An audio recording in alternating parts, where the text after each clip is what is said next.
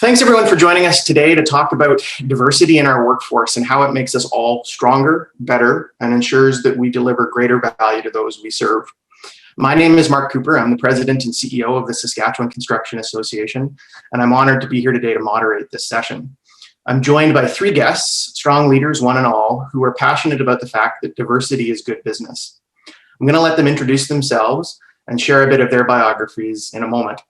For our three panelists, we've got about 45 minutes together today, so I want to encourage you to share your perspectives, engage with one another, and have a lively conversation about this topic.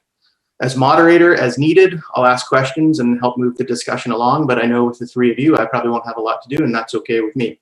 So let's begin now with introductions, and then we'll get right into questions. And so first, I'd like to ask John Desjarlais to introduce himself. John? Thank you, Mark. My name is John Desjarlais. I'm the general manager for Great Plains Contracting. But first and foremost, I'm Nenau Métis, Cree Métis from Cumberland House, Saskatchewan, or as we say, Kaministiga, Menagoscak. And so, yeah, I grew up in northeastern Saskatchewan. I guess pretty, involved in kind of that culture and that way of life up there, and then progressed out through the mining industry. Now moved into an engineering type role, engineering management, and then business development, business management, which led me to Great Plains Contracting, an Indigenous owned construction management or construction company. Thanks, John. Mary. Good morning or afternoon. I'm Mary Van Buren, President of the Canadian Construction Association, and thank you very much for having me on this panel discussion today. For those of you who are not aware, Canadian Construction Association is the national advocate for the industry in Canada, and with our strategic plan, we've made a strong commitment to advancing diversity and inclusion in the construction industry. Thanks, Mary. And Collin. Hi, I'm Collin Pullar. I'm the president of the Saskatchewan Construction Safety Association, and our association serves about 9,000 companies in the residential, commercial, and industrial construction sectors. I was raised in Saskatchewan. My family immigrated here from Jamaica. Parents, my father and his brothers all worked in trades and came to Canada and ran their construction businesses over the course of their lives, and so it's really great to be able to serve the sector which my folks worked in, and so again grew up here in Saskatchewan, primarily in Regina, and live here with my family. Perfect. Thanks, Collin. So thanks, John, Mary, and Collin for being here today to have this conversation about diversity. Collin, maybe I'll pose the first question to you if I can. I know that holding sessions like this and having conversations about diversity is something that's very important to you. And I'm wondering if you can talk a little bit about why this session in particular is important, what you hope to get out of it, and some of your initial thoughts around the importance of diversity. Sure. Thanks, Mark. Over the last several months, as particularly the pandemic hit, a lot of us were locked down in our homes, spending a lot of extra time, perhaps watching television, and a lot of the distraction in life that we would typically be involved with kind of faded away. And during that period of time, we saw a lot of things that I think concerned us socially, both in Canada and the United States, how seniors have been treated, perhaps, how folks of color or different descents may have been treated, some of the financial maybe unfairness that people would see. There were things that caused all of us to kind of think and rethink how we interact with each other in terms of the workplace, and where culture and diversity are come to the forefront. And so, as we've seen situations such as the situation with the death of George Floyd, a number of people reached out to me, and this conversation started up around how important diversity is, and inclusion more specifically is to the workforce, and how can we as business leaders demonstrate the power of diversity, the ability to embrace it and how to embrace it, and make it something that can actually be a strategic advantage for an organization. So wanted to take something that was maybe initially viewed as something negative and negative feelings that we felt during that period, and how can we turn that into a positive element by highlighting some of the successes that the companies have had. Perfect. Thanks, Collin. John, can you share a little bit about your perspective in terms of what diversity means to you? Absolutely. And so as an Indigenous person, I've had I guess a fairly interesting career, and I've seen a lot of success, and I guess I've seen a lot of the challenges as well too, in terms of real engagement and inclusive environments. And there's a lot of kind of lived experiences and reflection in terms of what works and what doesn't work in terms of creating those strong, diverse, inclusive environments. And as I progress, I think for the most part, what really motivates me is that it breaks my heart when you see a lot of those barriers that people face, gender, race, Indigenous culture, and things like that. And it's just really unfortunate that those exist. And through my work, it's interesting because I think I came from a place like, this just feels like the right thing to do. I don't know why we have so many, sexual harassment issues. I don't know why we have so many gender-related issues. I don't know why we have so many race-related issues in the workplace. It just didn't seem like a place for it for me.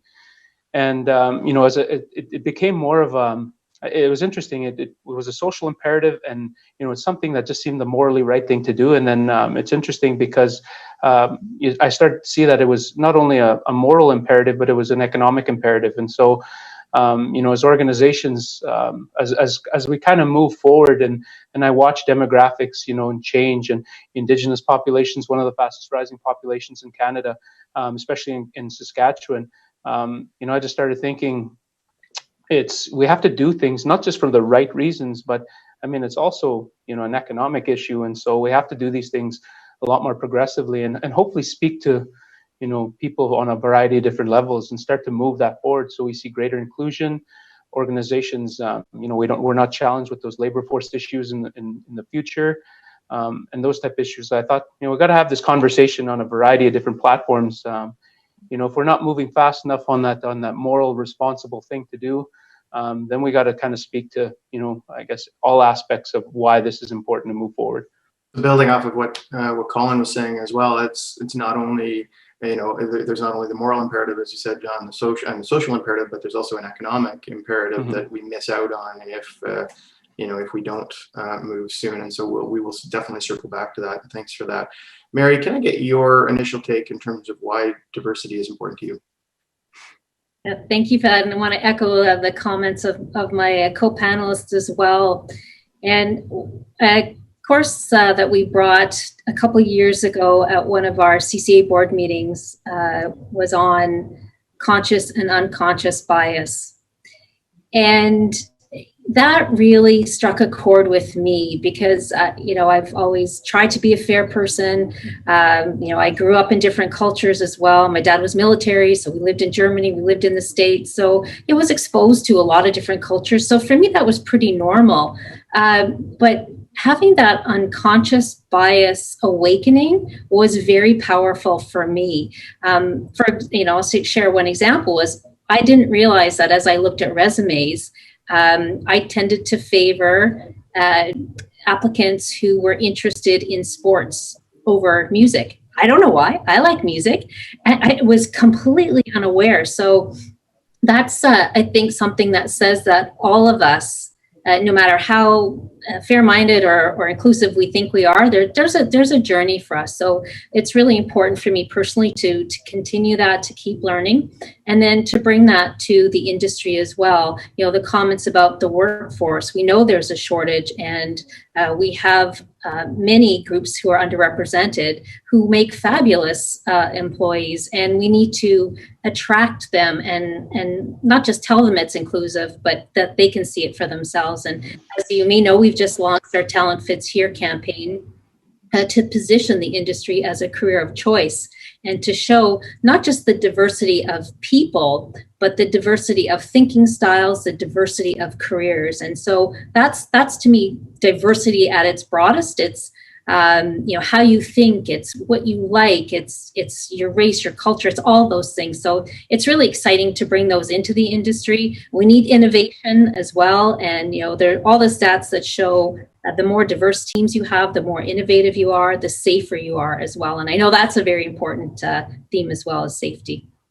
Perfect. Okay. Well, we've got a lot of themes to unpack through our first question, which is great. I want to circle back, though, before we get into that. And I want to ask about the construction industry in particular has a perception, I think, of not being an industry that is particularly diverse. Statistics back that up, so it's probably more than just a perception.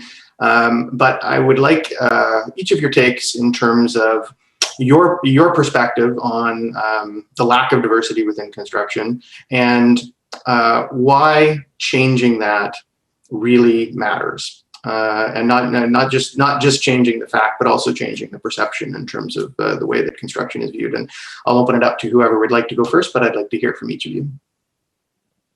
Okay. Go ahead, Mary. Okay. Well, again, just building on the talent fits here theme.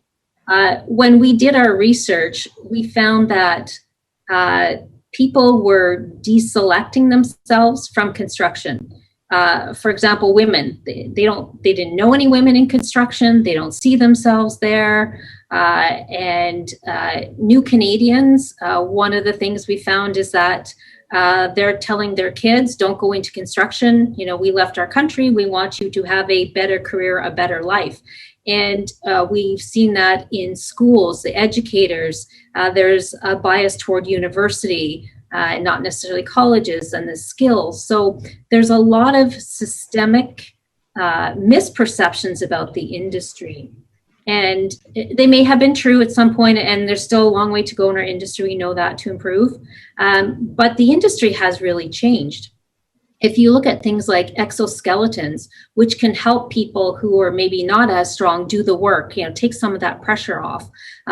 The personal protective equipment is now better fitted for women and for non-North American males. We have men coming in from other countries who are not the same size as North American, and they need the proper equipment as well. So the industry is really changing, and we need to do a better job at showing how we've changed, how we are welcoming all types of people, and how we are really accommodating the different styles, cultures into consideration, because we value them and we need them to build our Canada. Yeah, it's really interesting in my experience, and especially being involved in outreach and outreach efforts and trying to make things more inclusive. One of the things I found really interesting is, especially when it comes to gender, is we genderize things often, right? And so we treat, construction. I've had this experience in engineering where, even the occupation itself, or several facets of it, we treat them as they're masculine, or we add a kind of a gender theme to them, right? Boys do this, girls do that, and that I see it changing slowly. But you could see how that has that effect, right, in terms of making it difficult for females to really identify with the occupation. Mary mentioned that identification piece. Like with Indigenous people, it's the same thing, right? If we can't identify and relate with those opportunities, if we just don't see enough of those, it's tough for us to see that as a viable career, as an opportunity. And so, role modeling, campaigning, things like that, organizations that profile, I think those are organizations that, send the beacon out and then you respond a little quicker and a little better to that. But those are, certainly some of the challenges. Things are changing. I know they are.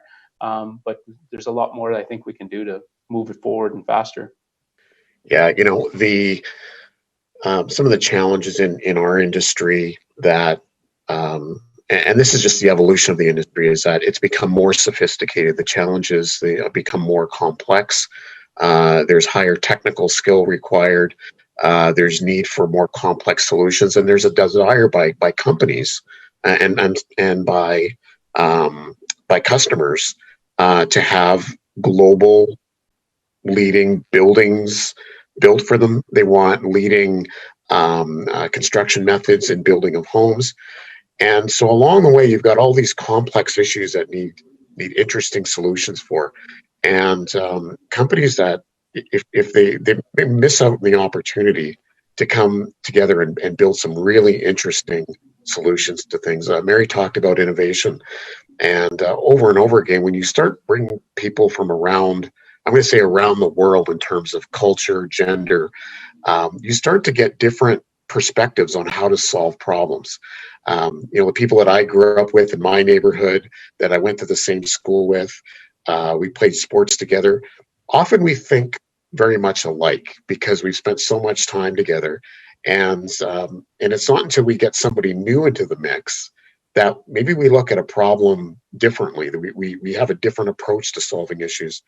And so companies that are able to pull teams together that have enough diversity in terms of their culture, gender, they're able to take really sophisticated problems and bring really sophisticated solutions to these things.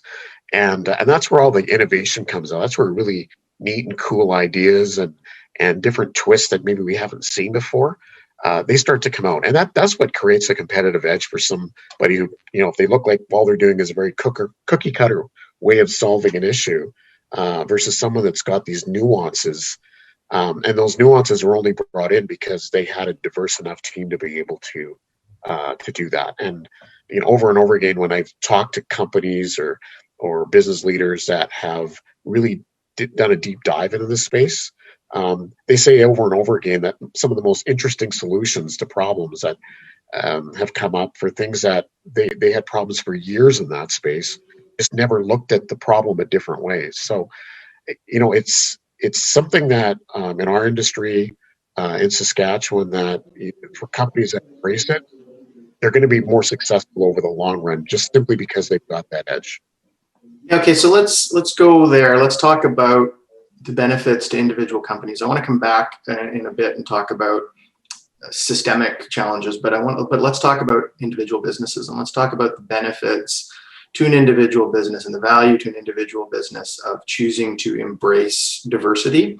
And then we'll talk about what that looks like. So to build on Collin's point, and maybe we'll start with you on this, John, because you talked about some of the social and economic imperatives of this. So can you talk from your perspective and your experience about the benefits that a company can experience when they choose to embrace diversity? Absolutely. So organizationally, businesses are, I think they're more robust, they're more dynamic, if they're more inclusive, they can respond to challenges much quicker than organizations that are not diverse. Like research has shown this over the last 20, 30 years. It's there, it's published, and it shows that organizations are more profitable. Like I said, they can respond to crises. And they grow. And what's really interesting is I find that people, don't really embrace this type of, or this thought process and this understanding, because they feel like it's a zero-sum game, right? So, they think that we're going to lose opportunities for the other demographic, right? So if we go inclusive, if we go diverse, that means that, we're going to start to lose jobs for, a certain group, right? And call it the middle-aged white man, if you will, right? And so, but it's not the case. It's certainly not a zero-sum game thing. It's organizations grow. There's opportunities for everyone, and so all organizations and all people from all backgrounds and all ages benefit from inclusion and diversity. It's like I said, it's not a zero-sum game thing. From the organization strength, the economic imperative. You look at our business, like we target high engagement of Indigenous people. We're more progressive in terms of how we develop training opportunities, and more inclusive in terms of how we look at HR and things like that. And because of that, we have high engagement. And so we're positioning ourselves that when the demographics start changing and we need more people interested in change, our business will be much better positioned to be able to be more inclusive. As such, like we're seeing far more interest in our business. We're seeing more females join our business as well too, and there's a lot of interest at the senior level and then at the entry level, at the trades level. So we're starting to kind of build a profile and a culture around inclusivity, and that's speaking to all groups. There's a lot of interest, like I said, a lot of interest in our business, and so all organizations, and because we've embraced this, right, and so all organizations, you embrace that, then you show that, I guess, you're a safe place. You're an exciting safe place to be able to gain meaningful employment. And then you're better positioned to be able to respond to these labor shortages, these talent challenges. And if you position yourself that way, you can recruit the best talent, right? And so all talent from all walks of life. And so, those are certainly a couple things. I kind of pass on to organizations and say that this is the way the world is moving, and you're going to be a much healthier organization if you embrace it. Yeah, if I can build off of John's comments there. There's two parts that he just spoke of. One is the diversity element, and the other part is the inclusiveness of that. And when he talked about engagement, it's absolutely proven that companies that have more engaged employees just tend to perform better. They have lower turnover. They have fewer harassment issues that come in the workplace because they're open and they're able to deal with them quicker. And so to have the advantage of having diverse group of people that are highly engaged, and there's a conscious effort by leadership to include them in the process. That's when you really start to get these gains that we're talking about, where you get heads coming together to try to solve a problem, and people listening to one another to say, I never thought of this perspective. I never thought of looking at it, this problem from that perspective, and so. When we're able to do that, that's when the advantages start to come out, and that's where employees again want to become more engaged. We talk about situation where we really want the employee to bring their entire selves to work, if I can say it that way. We want the whole self. We don't want half the person there. I can kind of check to somebody and half of them, they'll show up, but we want their whole brain there. We want them to be mindful when they're there. And so individuals that feel safe, they feel engaged, they feel included, are more likely to bring their whole self. And that's acknowledging that, hey, we've got differences, we've got uniquenesses, if maybe I could reframe it that way, that something that we actually can enjoy and appreciate.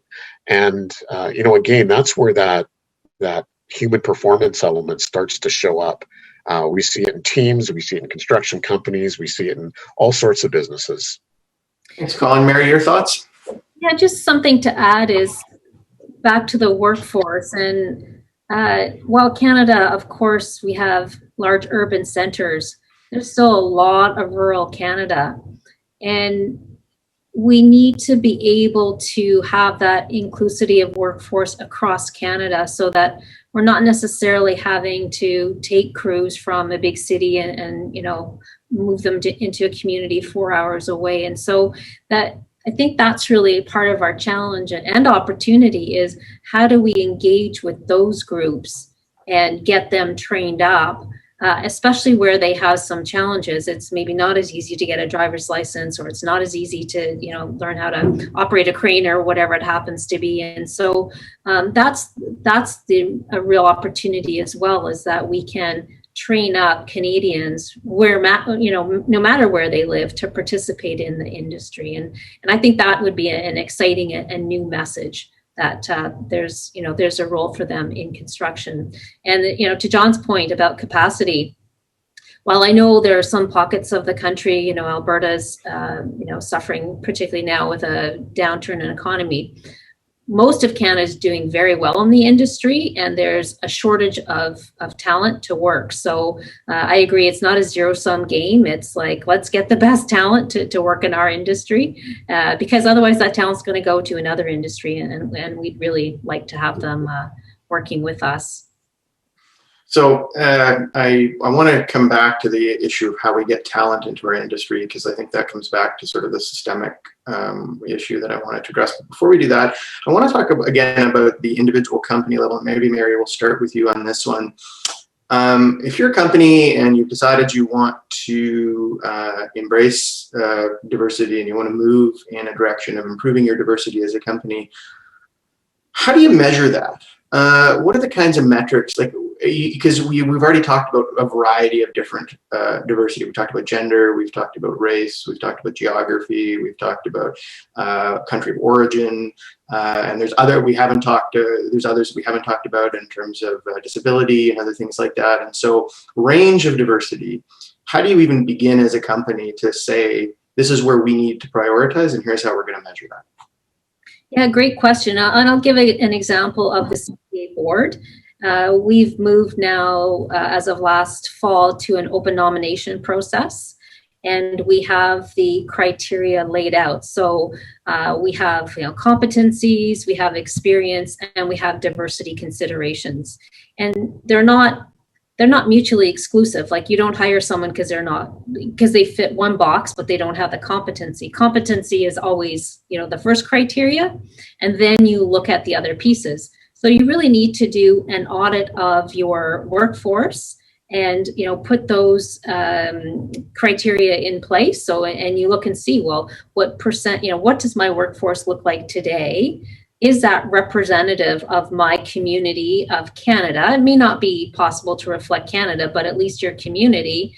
And then you are consciously set out to recruit that. And certainly when we've looked at the CCA board, we've identified some opportunities. And so we are going to be more mindful about seeking those individuals with the competencies, the experience, the skills, and the diversity elements that we're looking for. So it really starts with looking at your firm, what your workforce is, and then deliberately putting in place metrics to measure your progress against that. So understanding your baseline and then being intentional about trying to mirror or reflect the communities in which you serve, even though that won't happen overnight. Exactly. It's a journey. Yeah. Collin or John, thoughts you'd like to add in terms of how a company would begin to measure this and understand their progress? Absolutely. So, mirroring Mary's comments, understanding your community. In Saskatchewan, 16-70% of the population's Indigenous, right? So that's something we're conscious about in terms of placing or recruiting. Another thing that we're really conscious about in terms in ensuring like a diverse and inclusive organization is that depth of inclusion, right? And so, we're challenged, I guess, with the skill set in the Indigenous community right now to satisfy a lot of the roles, but we're actively looking at how do we move people through the organization, right? How do we ensure that there's a real depth of inclusion there, so that we see, great gender representation, management level, all levels of the execution side of the business, the administration side of the business. Same thing with Indigenous people, same thing with all inclusive groups. So conscious of that, and monitoring and measuring to that. Really important, those policies, right? And so we have our biases, as Mary mentioned, those subconscious bias. And so when we're recruiting and placing, and whoever's recruiting and placing, that we're thinking about that inclusivity and diversity when we're making those acquisitions or the recruitment or those placements and things like that, and making sure that kind of that's top of mind. And that we're always considering those in regards to our placements. And so those are really important when you think about what you're striving for in terms of inclusion and diversity. What does your community look like? What kind of representation or what does the demographic look like? And try to mirror that, and then incrementally moving to that and seeing increase in that, right? And seeing progress in that. So I want to, Collin, I'm going to ask you to build off of what John said, because John hit on what I was going to actually ask as my next question, which is how you layer it into your company, right? So I'd like you to talk about the metrics and how you measure your success as a company, but also you could have 50% diversity of your employee base and they all be frontline workers, right? And that doesn't necessarily mean that you're a diverse or inclusive workforce. Yeah. And so I'm hoping you can expand on that comment a little bit more.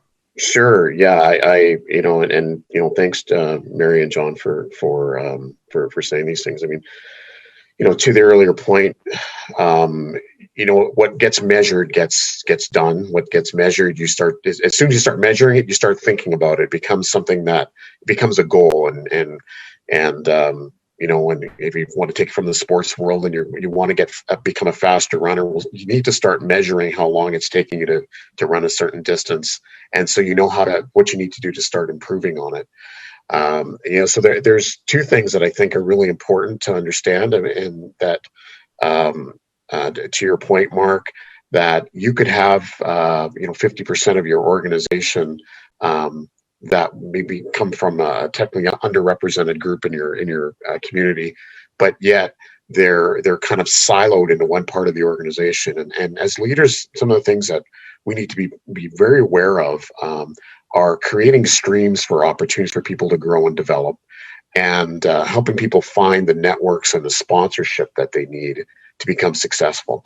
I mean, for each one of us, there was somebody at some point in our career that believed enough in us to sponsor us, to give us encouragement, to suggest a path we might go on, to suggest maybe a course we should take, or something to consider as we're moving along.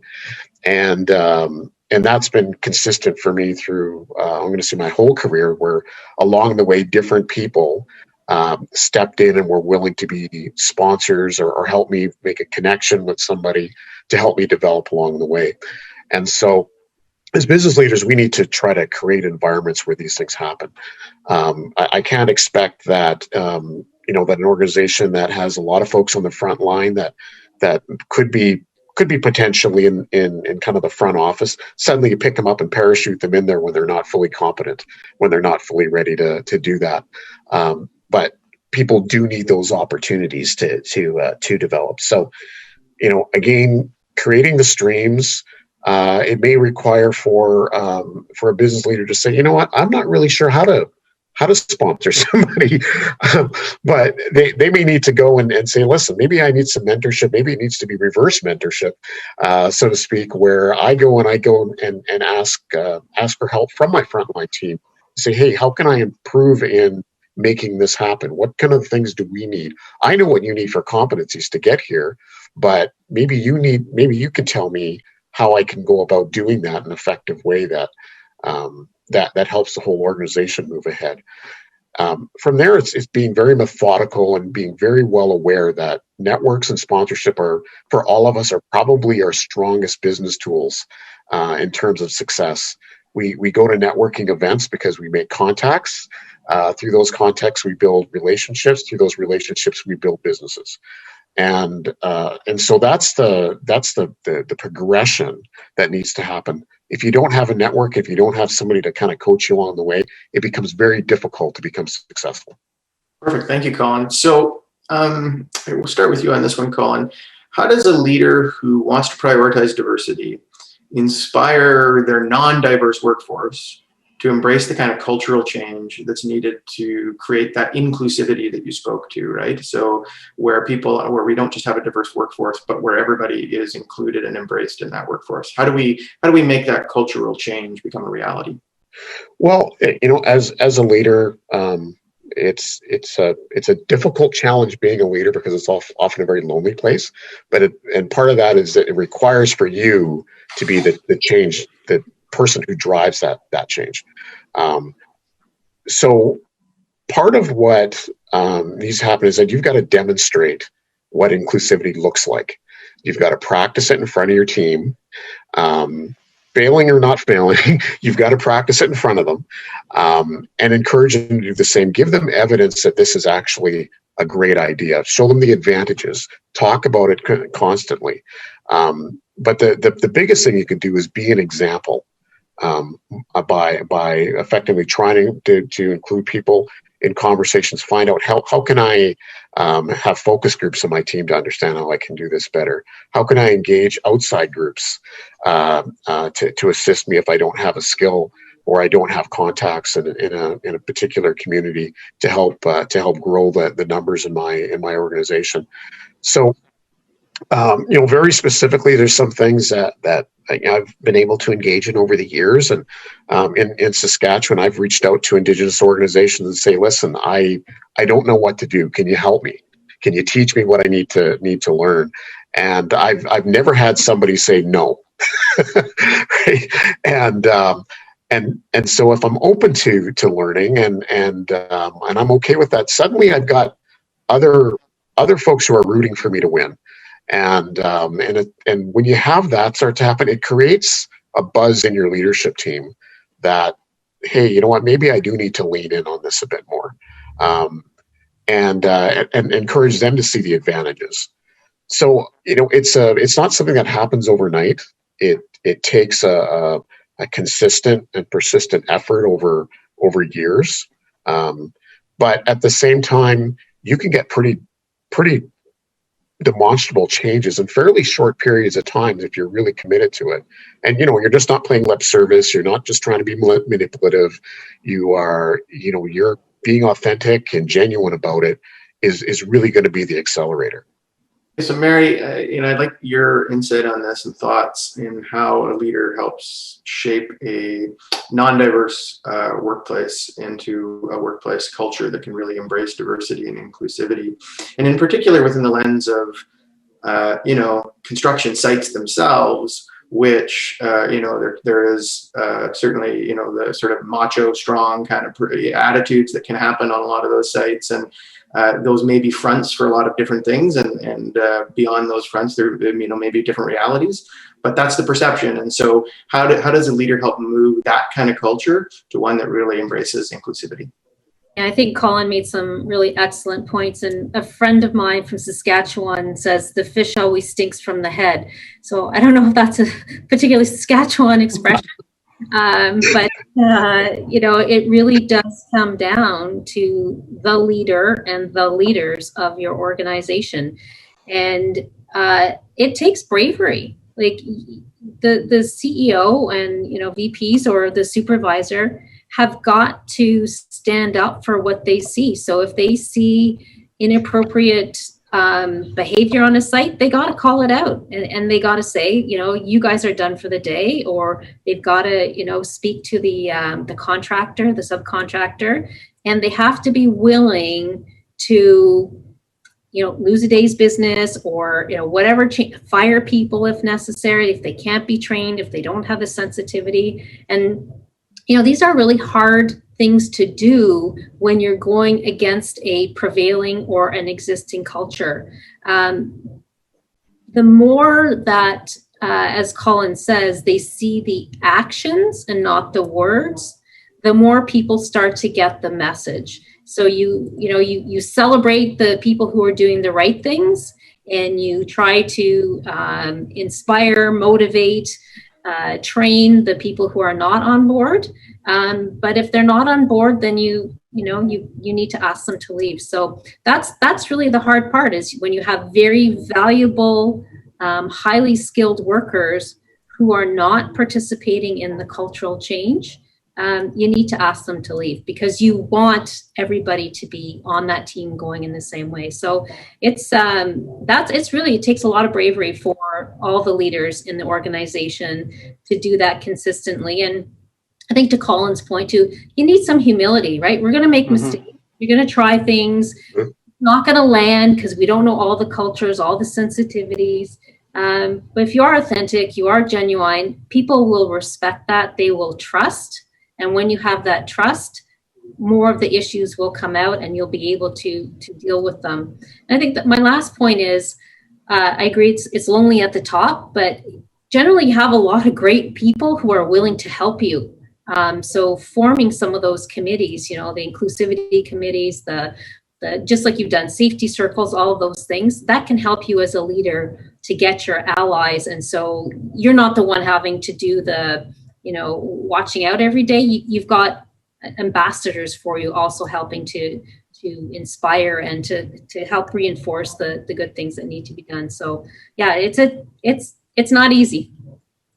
Well, John, Mary and Collin have given you lots to build on there in terms of the question of how a leader helps change the culture of the organization that they lead. And so I'll just come over to you for some final thoughts on that question. Absolutely. I think what really motivates me is, you think about the carrot and the stick, right? And so with culture change, ultimately you want to inform and engage so that people are driving the culture forward. But at the same time, certainly assuring that there's going to be a measure of accountability in terms of, the culture that you're trying to create. And so if people step out of line, you treat accordingly, right? And so you make sure that you set the tone. I consider myself a little more a lot more, I think, enthusiastic and energetic, and I love to engage and talk to people and kind of walk them through things. As mentioned, creating those change champions, those allies that kind of help to spread that message, right? And so that's a big part of what I enjoy doing, speaking to people, talking through those issues, and understanding from their perspective, but also giving them an opportunity to understand from my perspective, so they could start to see the real value in a lot of this, and get to challenge their own unconscious bias and move forward as an organization. And so those are really important. Another thing that's important when I stress is, we strive to be a safe, productive company. But safe, the key preceding word, we don't prioritize production or productivity over safety.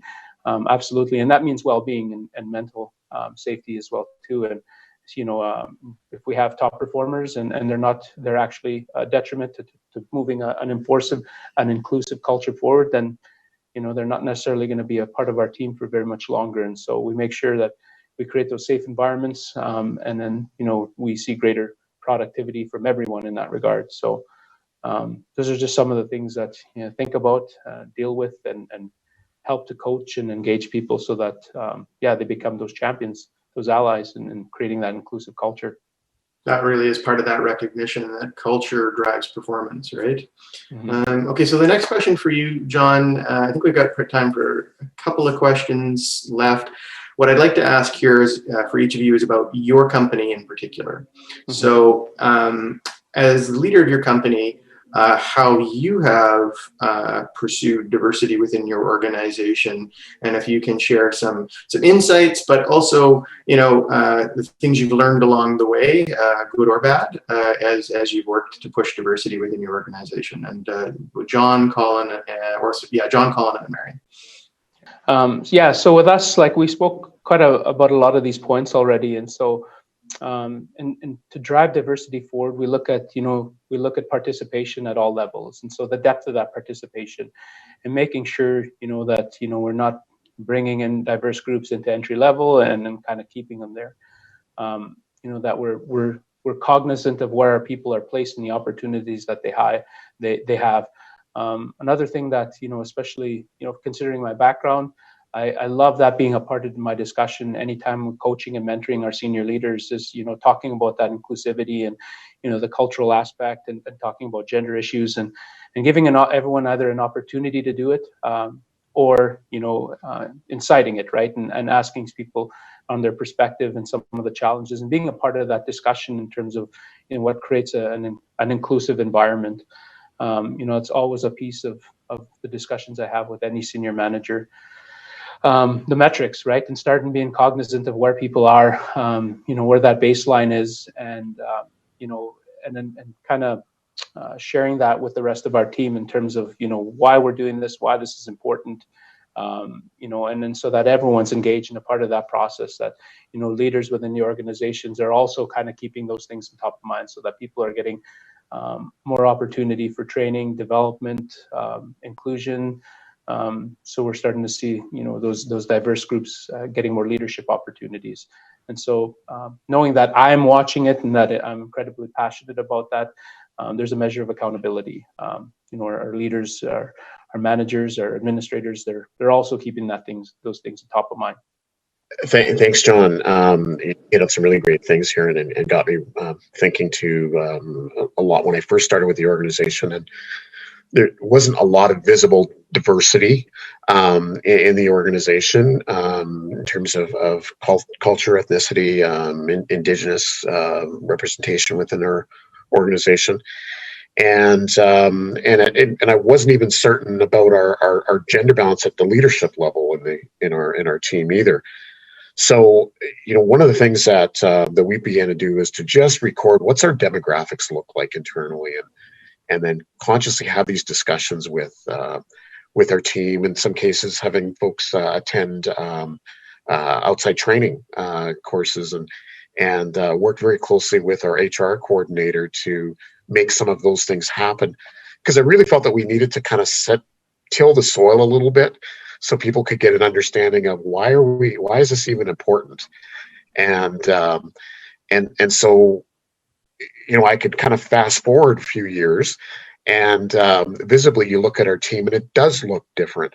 We've been running, as John's really well aware of, we've been, for the last 2-3 years, we've been running safety ads in Cree and Denis, specifically because we thought, oh, the top half of our province, we physically can't get there very often. And we really wanted to engage that top half of our province and realize these are two of the key languages that are there that reside in the Indigenous community. And as we get outside of our big centers, our Regina, Saskatoon, and maybe some of the smaller urban centers, there's a whole other world out there that we're missing. So we started to develop strategies on how we communicate, not necessarily to have everything that we do done in Cree or Denis, but it's really to indicate an openness and an interest in having their participation with us, engagement with us, and us with them. At our board level, we had very specific, very intentional conversations about looking at gender within our board, looking at engagement of Indigenous people within our board, which we gender was something that we've had in terms of some representation, not where we'd like it to be. But we certainly thought, we've got a gap in Indigenous business leadership on our board.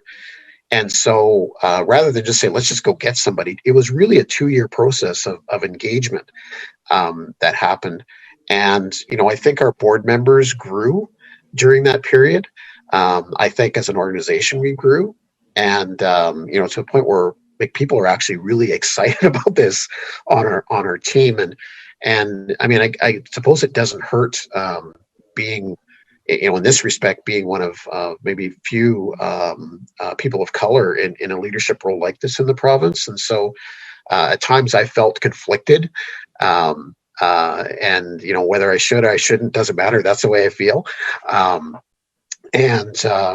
But to show an example that, hey, I'm leading a whole team right now, and that I'm building the trust with them and they with me. And hey, we can grow this together. And I think we are in a much better spot culturally as an organization than we were 5-6 years ago. And you can see the effect in the product that we put out, the messages that we send out, the excitement level of the staff that we have that are going out in the field and meeting with people and supporting them there. So it's been a journey. The journey's not over. It's far from over for us, but I think we've had some really great early signs. Thank you, Collin. Mary, can you share some of your insights in leading CCA towards being more diverse and representative? Yeah, so CCA itself is fairly small. We're 20 employees. So I can kind of see them all in my mind. And certainly as we have opportunities to replace, always considering diversity. And that might be gender, it might be a way of a thinking style, it might be an age, we might want to get some younger people in because we have, whatever. So always looking at what that dynamic is. And the other way I like to do it is by, where I can, is changing the roles around in the organization. And John talked about that as well, as being strategic in giving everybody an opportunity to increase their skills rather than being necessarily in the same job for a long, long time. So building that cross-functional knowledge, it also helps with experience. So people are, working with people they may not normally with. And then another point that was made by Collin about reaching beyond our organization so that we are all learning from others. We work with Indigenous Works as one of our partners. We have other relationships that we're building. And again, that helps us become more aware.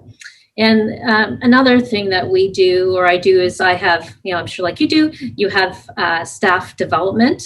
And we just recently finished one, and we had a session on allyship. I actually don't know how to pronounce that word, but how to be a good ally, and very insightful about things that we do that make people feel less important and not listened to.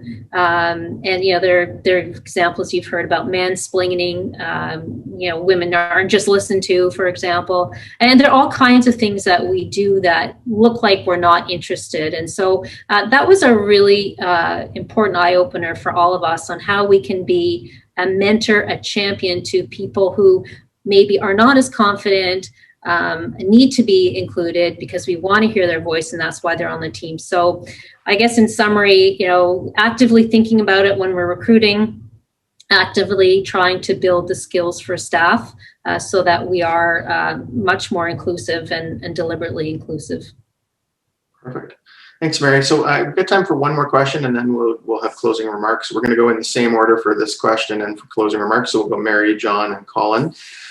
And this kind of takes us back to the systemic level. So in my own mind, I can hear a member company now saying, diversity is great.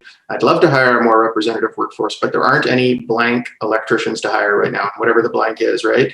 So as a skilled workforce, you don't just train a journey person overnight. You all know that, right? And that's a definite reality for construction. Companies can be committed to diversity and still struggle to fill positions, especially when we try and do it across all levels of that company. So I think that getting representative diversity within construction likely requires intervention in a lot of different ways, including in the classroom. What are some of the things that you would like to see companies, industry, and governments do differently to really lay the groundwork for a future where construction's workforce is representative? Mary? Yeah, so a couple of years ago, we formed a diversity and inclusion committee, and that was one of the items that was very clear, is that kids form perceptions about what they want to do and what they think is a good career very early. And girls in particular determine whether they're good at maths and something like grade 3, even though it has nothing to do with their ability or not. So it's a societal change, and that's why we do need government, we need educators, we need parents to change their perception about the variety of careers, and that they're all important and they're all valued, and it's really about what the person wants to do. So, working with your hands is very creative. Working with your mind is very creative. They're just different pieces to it. So, yeah, it's a long journey, and it is going to take some more specialized outreach to groups who in particular don't see themselves in the trades or in construction. So, again, going back to women, new Canadians, Indigenous in particular, who have not seen themselves represented. So that's why we're starting on that journey with our Talent Fits here. And every company has that opportunity in their community to make a difference. We know they do. We have our hashtag Canadian Construction Gives, and we see it every day, whether that's sponsoring youth teams, whether that's building community centers, collecting food. All those things help very directly in the communities to show that the industry is a great place to build a long career. Thanks, Mary. John, to you, what do we as a society, governments, others need to do to help really lay the foundation for a future where construction's workforce is representative? For sure. I think the first thing that organizations need to do is stop expecting other people to do it. Companies come by, say we can't find those type of people. Well, then actively develop a program that you can start placing and putting people through. I think everyone says it's everyone else's fault, or they try to recruit and there's just no one there. But I think organizations all need to participate either through their own fiscal resources or through their own in-kind or organizational resources. Outreach is a huge part of that as well too. I know for me, identification and relation, it was an interesting kind of journey of my own, how I ended up becoming an engineer. But as I grew up, I never knew what the occupation was, and I couldn't relate and identify with anyone in it. And I came about it in a kind of a different way. My father worked in the mining industry and kind of exposed me to that opportunity and kind of, bridge that gap. And so, but now I hope, more Indigenous people can identify and relate as my profile shared and whatnot. So I think outreach, as we engage young people, as we engage young females in what we call non-traditional type roles. I think we show them that construction is not a man or a woman thing. It's just a thing, building, and women love building things just as much as men. And same thing with engineering. It's not a male or a man or a masculine occupation. It's just math and science, which anyone could do and anyone's built to do. And so it's really important as a society, we need to start thinking and talking about these things differently. As we label them and treat them like, the cliches they are, we're only, I think, hindering our development and progression moving forward. But yeah, organizations, governments, private, public, need to all start chipping in terms of, putting some dollars aside and all be accountable and all participate in moving these labor shortages forward. And, we need to celebrate and do a lot more outreach and campaigning of the successes we see with these diverse and inclusive groups. Perfect. Thanks, John. Collin, your thoughts in terms of what we need to do as a society? Wow, not a lot that I can add there, but I split it probably in two parts. There's short-term issues that companies got to deal with, and there's this long-term piece that Mary and John have both talked about it as well. In the short term, companies need to learn how to recruit differently. Putting the ad in the local newspaper may not be enough anymore. Just putting it on a website. You need to reach into community association or community magazines, community Indigenous newspapers, multicultural outlets. There's lots of organizations out there that businesses can partner with to promote their business in terms of a place of employment. And when you do that, you're going to quickly, for those that do it, you're going to find yourself one of a very small number that are actually doing it. And because of that, you probably have the advantage of being really well noticed. Because it's not something that, it's a different way of looking at how do I recruit. And so getting into a women's magazine or local circular, promoting your company as a company to work for, not that many people are doing it. So you need to really think of creative ways to actively engage and recruit. Creating the pools, which is what Mary and John talk about, creating the pools so you can create the streams to have people move into those roles down the road. And those pools are promoting the industry at fairly young ages, yes, within schools, and that's where governments and school boards can certainly support as people are making their decisions in their life, is really talking to parents, not necessarily one-on-one, but showing our industry is something that's got a lot of dynamics to, whether you're interested in technology, if you're interested in working with your hands, both have application in this business. And so there's lots of exciting opportunities, and it's not fixed to a gender, it's not fixed to a certain race or a certain creed, but to show that, and then celebrate the leaders that have shown and demonstrated that they could run successful businesses, or they've got successful people within their organizations that have come from these pools. And yes, we're asking people to take on another burden on top of their regular job, but I could say for John, I'm pretty sure Mary's the same way. A lot of ways we want to do this because I don't want to be the only one in a particular organization that's maybe done okay.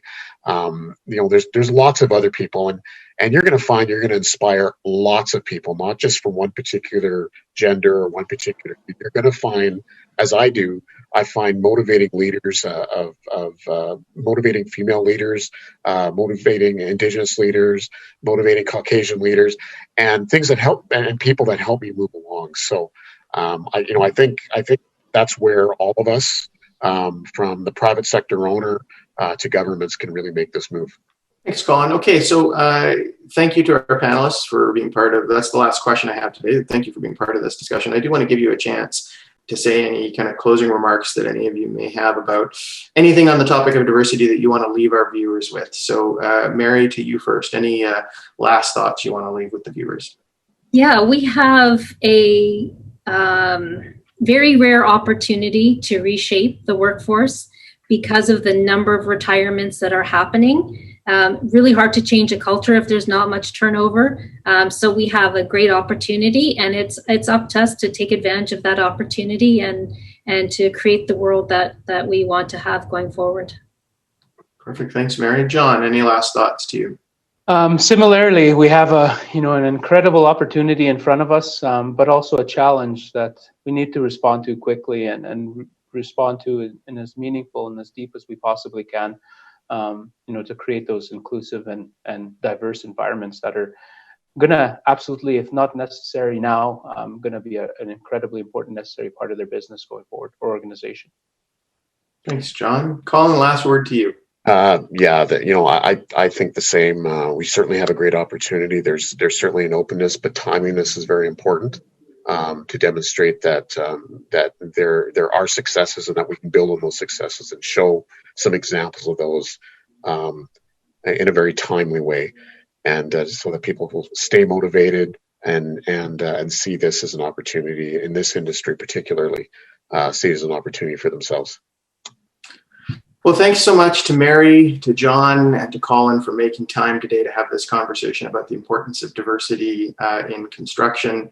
Thank you to those of you who have made time to watch this session. I hope you found it instructive and enjoyable. I know I can speak comfortably, I think, on behalf of Mary, John, and Collin, that they would be happy to hear from you if you have questions or you'd like to discuss any of these ideas further. And so do feel free to reach out. And thank you very much for your time today.